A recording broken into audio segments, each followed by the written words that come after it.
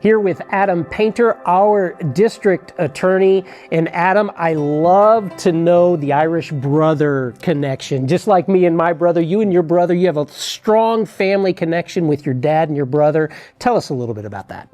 Well, me and my brother, we always joke that we were kind of Irish twins. So we were born pretty close together, a little bit more than a year apart. And so we spent our life, just growing up almost like we were twins. We were always together, always getting in trouble together, always getting in fights against each other. So, but I wouldn't trade it for the world. My brother to this day is my best friend. And, even though we would get in fist fights when we were little, to this day, we laugh about it, but I would do anything for him and he would do anything for me. Yes, and I feel that way about my brother as well. Irish twins is a great vernacular for that. Also, you guys went on to play athletics at the University of Oklahoma. How do you feel that those athletic days and the success you've felt throughout your childhood and early adulthood in athletics prepared you to be our district attorney?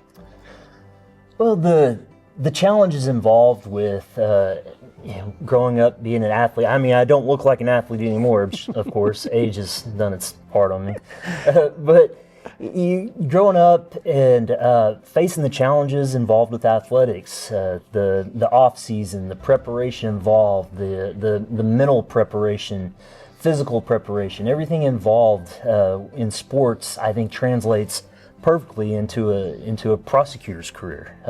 A lot of the tools necessary to be an effective prosecutor are the same things that you foster in an athletic career going forward. So the skills are almost a perfect translation. And sometimes you see a lot of attorneys who are litigators who come from an athletic career because those skills translate so well. They do translate, and of course your daughter got to be courtside Game 7. You got to be in the stands Game 7. I know you're a prolific Thunder fan, but there is so much work that goes on at a district attorney's office, especially the size of Pottawatomie County and Lincoln County. Talk about your responsibilities as a DA and what that actually means for all of us as residents of Pottawatomie County. So, district attorney, we're referred to as ministers of justice, and that means that we wear many different hats involved in our representation of the citizens of Pottawatomie and Lincoln counties. And our district, this is District 23, and we're considered a larger, medium-sized district. We're maybe 7th in size in the state behind, Cleveland County and Oklahoma County and Tulsa County. So we have, not only do we advise law enforcement, we assist in investigations, we evaluate evidence, we also ensure that the rights of a victim are being met. We have a constitutional mandate through Marcy's Law for us to provide certain level of or measure of services to a victim and providing information to the victim or their victim's family. And not only that, while a defense attorney representing their client is supposed to be a zealous advocate for their client, that's their sole role. But we also have a mandate or an ethical and a legal obligation to ensure that a defendant's rights and their due process rights are being upheld as well. So that's something that we always kind of have to be on the lookout for. We have to ensure that no innocent person is being charged of a crime. We have to try to ensure that guilty people aren't unpunished. So, we wear many different hats in that aspect, but we also provide civil representation for all county elected officials. So across the board, we provide legal guidance to the sheriff's office. We provide legal guidance to court clerks, to county commissioners, and all aspects of county government as well. And when you talk about we, another aspect of athletics is team. Your experience in our largest county, Oklahoma County, enabled you to meet a lot of influential and very good prosecutors. You were able to acquire quite a team. Talk about your staff and who you have here now, maybe not by name, but just how they come into play now to help the residents of Pottawatomie County. And you've put together such a team that you're proud of. One of my goals when I was appointed to become the district attorney out here I spent the prior 4 years in Oklahoma County as a team leader, felony team leader, prosecuting primarily homicide cases. In Oklahoma County, we did jury trials every other week for pretty much 11 months out of the year. And it was just a constant cycle of trial after trial after trial, and big trials too. We're not talking a misdemeanor DUI or something. These are homicide cases that are very complex. So a lot of the other team leaders that I met in Oklahoma County, a lot of the other experienced prosecutors that I met and became friends with, I tried cases, numerous cases with a lot of them. And the ones I became friends with, I learned to trust, who I've seen how their skills translate to a courtroom, their passion, their aggression, their, how smart they are and how they approach this job. And I was able to recruit a bunch of prosecutors from Oklahoma County. I brought them over. In fact, nearly my entire team is made up of former Oklahoma County prosecutors. And that's not because I want to say, hey, I'm going to try to make my district like Oklahoma County. No, I thought that their skills would translate amazingly to what this community needed. And when we walked into this office, our office was in disarray. Victims weren't getting justice. Law enforcement morale was at an all-time low. I had officers telling me that sometimes they would make arrests and throw up their hands thinking, well, it's not going to matter. It doesn't mean anything. Well, now it does. My prosecutors I believe, and I think most defense attorneys and a lot of law enforcement believe, we're the best in the state at what we do. I love to hear that right there. But you bring up something that I don't know that we all understand, in the sense of you work closely with the officers in the street, and you both have to be on your games in order to enforce the law here in our county. Talk a little bit about that relationship and how the process works between the police officers, sheriff's departments, and deputies on the streets, working directly with your office and ultimately with the same goal. Law enforcement in general, what they would do is they will investigate a crime, whether that somebody comes in and reports it or there's a 911 call or something, and they'll get notified and they'll go out to the scene. They'll start their initial investigation, and then they'll write up their reports and gather evidence, and they'll provide that report to us. Then my prosecutors or myself, we review the reports, we evaluate that evidence, and we make a determination whether did a crime occur. If a crime did occur, can we prove that in a courtroom with admissible evidence beyond a reasonable doubt? And so we look at all this evidence before we make that determination, because we want to be sure at the outset of a case that this is something that we can meet our burden of proof on.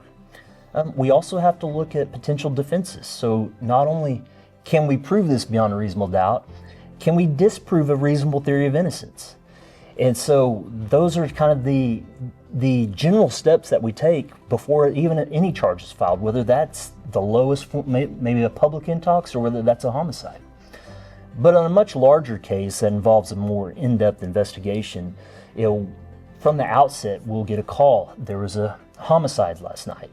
And they'll let us know. A lot of times they'll come into my office and we'll sit down with a team of prosecutors, experienced prosecutors who evaluate the evidence, and we've talked through the facts. And we kind of work out a plan of like how do we need to investigate this to ensure that justice is properly given in a case. What are the facts here? What kind of charge are we looking at? Was there a legitimate defense? Was it maybe a shooting justified or something along those lines? So we're looking at from the very beginning at all aspects of a case so we can try to build that case into a case that we can successfully prosecute in a courtroom. Many times I have investigators in my office, employed by my office, who assist with the law enforcement agents in the field. Some agencies have enough detectives to where they can effectively investigate cases on their own. Some need some assistance, whether that's the OSBI or my Violent Crimes Task Force. And when they get involved too, it's the same thing. We come in, we go over the evidence, we go over the cases, we discuss it in detail. Typically, this is well before a charge is ever filed. Mm-hmm. And so we work hand in hand with them. With local law enforcement? With local law enforcement, all the way through the investigation up until the day we file the case. but that's not when the case ends. That's when it actually begins for the permanency of what you're going to prove. Well, there's a misunderstanding. A lot of people believe that an arrest is pretty much, okay, we're done. But I like to tell people, you make arrests, you charge people based on probable cause. So it's just more likely than not that somebody commit this crime. But we have to be able to prove it in a courtroom with admissible evidence beyond a reasonable doubt. So the arrest alone, very, very low burden, but a conviction is a very high burden. So we want to, at the outset, know that we have enough evidence to prove beyond a reasonable doubt, because that's our burden. And as I tell jury members, that's a burden that we all embrace. That is a constitutional right that we all have. So it's something we take seriously, because ultimately, if you or I were charged with a crime, burden of proof would have to be beyond a reasonable doubt that we did it as well. So that burden applies to everybody. So it's something that we take very seriously whenever we're just screening cases. Yeah, as we should as well as citizens. And Adam, you've been on the job now here as RDA for just a little bit over 2 years. What is it that you feel most proud of that your office has been able to successfully accomplish in these 2 years? And give us a look into the future. What is it that you're working towards? One of the main goals and one of the main issues I faced when coming in was law enforcement morale was very low. I'm not dogging law enforcement agencies at all, because I didn't blame them. They were faced with an issue of making arrests and putting all this work into cases for somebody just to either get slapped on the wrist or not charged at all or found not guilty, and they walk right out and they start feeling like, what are we doing? Why are we just beating our heads against the wall and accomplishing nothing? So I wanted to restore law enforcement's faith in our criminal justice system.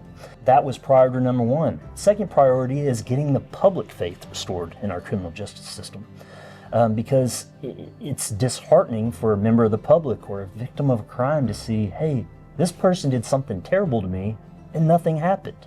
Why am I going to call police the next time? Why am I going to, rely on the people that are supposed to protect me to come in and do their job when nobody cares? And I love that, because that shows you understand that reliance is actually on your office, and that sometimes is our misconception, because the law enforcement does their job when they come out and they make the arrest. You guys have to put them behind bars and make the charges stick. In just a few years, Adam, it's been interesting to watch the growth again within our community. And it sounds to me that your number one goal, and I would like to know where you stand with it, was establishing with the police officers. But now the ongoing goal is a much harder thing to do, and that's to restore our trust as the public within the office that things are actually going to take place. What is it that you're doing now to help us be able to trust the office of our district attorney more than perhaps before? Well, I'm focused on getting the public to realize the results that our work has had on their everyday lives. They may not see the impact personally, but I believe they can see it within the community as a whole. I'm trying to get out the word that look at the convictions that we're getting, the jury trial convictions. We have been extremely successful in the courtroom. We have given murderers, rapists, child molesters, you name it, all of them, multiple life sentences. We're putting people back in prison. We're punishing them. And I hope the message there is, hey, this is going to happen to these people. Therefore, if I do this in Pott and Lincoln counties, I may go to prison for the rest of my life. And hopefully that's something that's a deterrence from them to commit any more crimes. I mean, I think that's the object of your office, yes, right there. And I think the more the public sees that, the more confidence and trust that we restore with them. Small example, one of the biggest issues our community faces right now is the fentanyl problem. Yes.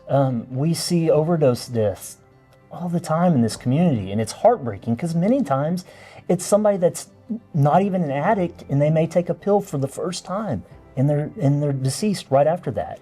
So we're put a huge focus, my Drug and Violent Crimes Task Force has put a huge focus on cooperating with local law enforcement to rid our community of fentanyl. Well, the result is the past couple jury terms, we've put multiple fentanyl dealers in prison for sentences that they're never going to get out of prison for. And the word on the street now is that fentanyl dealers do not want to be in our district. They're leaving our district actively because they know that if they get caught here, they're going to go to prison for the rest of their lives. And if that saves even one person's life, then it was worth it. I think that it would deter anybody with common sense that when we have a district attorney who is pursuing justice, in the end, if you're doing something wrong, you're going to be punished. District Attorney Adam Panter, I want to thank you for taking this time to educate all of us as to your office, and thank you for the work that you're doing. Thank you.